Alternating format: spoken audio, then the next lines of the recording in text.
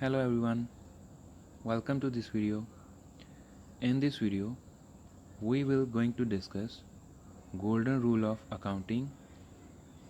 ये जो golden rule of accounting रहता है ये अकाउंटिंग के प्रोस्पेक्ट से काफ़ी इम्पॉर्टेंट है, क्योंकि इसी रूल के ऊपर जो सारा अकाउंटिंग सिस्टम है वो बेस्ड रहता है। तो इस अकाउंट को आप अच्छे से जान लीजिए, समझ लीजिए, सीख लीजिए, याद कर लीजिए, क्योंकि ये रूल आपके बहुत काम आने वाला है। तो चलिए शुरू करते हैं, इस रूल के बारे में जानते हैं। इस गोल्डन रूल अकाउंटिंग में जो अकाउंट्स हैं उनको 3 हिस्सों में डिवाइड कर लिया गया है, 3 अकाउंट बना दिए गए हैं। तो सबसे पहला जो अकाउंट रहता है वो है रियल अकाउंट। रियल अकाउंट के अंदर हम जो हैं एसेट्स एंड लाइबिलिटीज़ को डील करते हैं। बिजनेस की जो एसेट्स रहती हैं और बिजनेस की जो लाइबिलिटीज़ रहती हैं उनको डील करते हैं। तो सबसे पहले क्या है, जैसे कि आप जानते हैं कि हमारा जो है अकाउंटिंग सिस्टम है वो डबल एंट्री सिस्टम है। तो डबल एंट्री सिस्टम के तहत 2 साइड्स होती हैं एवरी ट्रांजैक्शन की, डेबिट साइड और क्रेडिट साइड। तो हम कौन सी चीज़ को जो डेबिट साइड पे लिखेंगे और कौन से एस्पेक्ट को क्रेडिट साइड पे लिखेंगे वो ये गोल्डन रूल ही आपको बताएगा। तो रियल अकाउंट के अंदर क्या है, what comes in business debit. जो भी बिजनेस के पास आएगा, जो भी बिजनेस के अंदर आएगा, उसको हम कौन सी साइड पे, कौन से एस्पेक्ट पे लिखेंगे, डेबिट साइड पे लिखेंगे।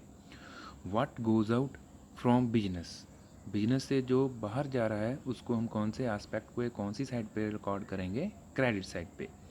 इसकी एग्जांपल ये है, मान लीजिए आपने गुड्स परचेज़ किए हैं कैश के ऊपर, आपने कैश ट्रांजैक्शन की है, गुड्स परचेज़ किए हैं।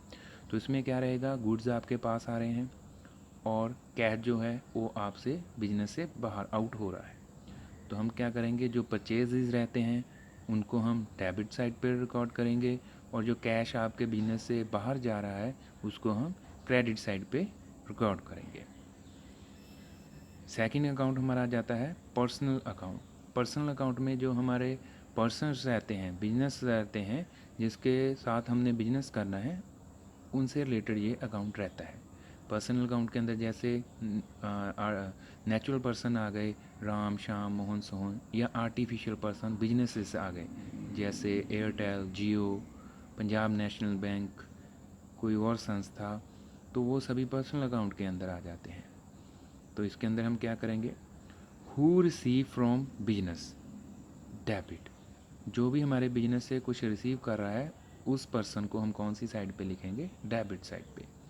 हु गिव्स टू बिजनेस, जो बिजनेस को कुछ दे रहा है उस पर्सन को हम कौन सी साइड पे रिकॉर्ड करेंगे, क्रेडिट। मान लीजिए हमने गुड सोल्ड किए हैं रोहन को, तो रोहन एक पर्सन हो गया और हमने उसको सेल्स की है। तो रोहन क्या है, बिजनेस से हमसे कुछ रिसीव कर रहा है, गुड्स रिसीव कर रहा है, तो इसलिए हम उसको कौन सी साइड पे लिखेंगे, राइट डाउन करेंगे डेबिट साइड पे। रोहन को हम जो है डेबिट साइड पे लिखेंगे। The third account is nominal account. Nominal account जो रहता है इसके अंदर हमारे सभी एक्सपेंसेस, लॉसेस, इनकम और प्रॉफिट्स आते हैं। तो ये अकाउंट क्या कहता है, ऑल एक्सपेंसेस और लॉसेस शुड बी डेबिटेड। जो भी हमारे एक्सपेंस रहते हैं या लॉस रहते हैं उनको हम डेबिट साइड की तरफ रिकॉर्ड करेंगे।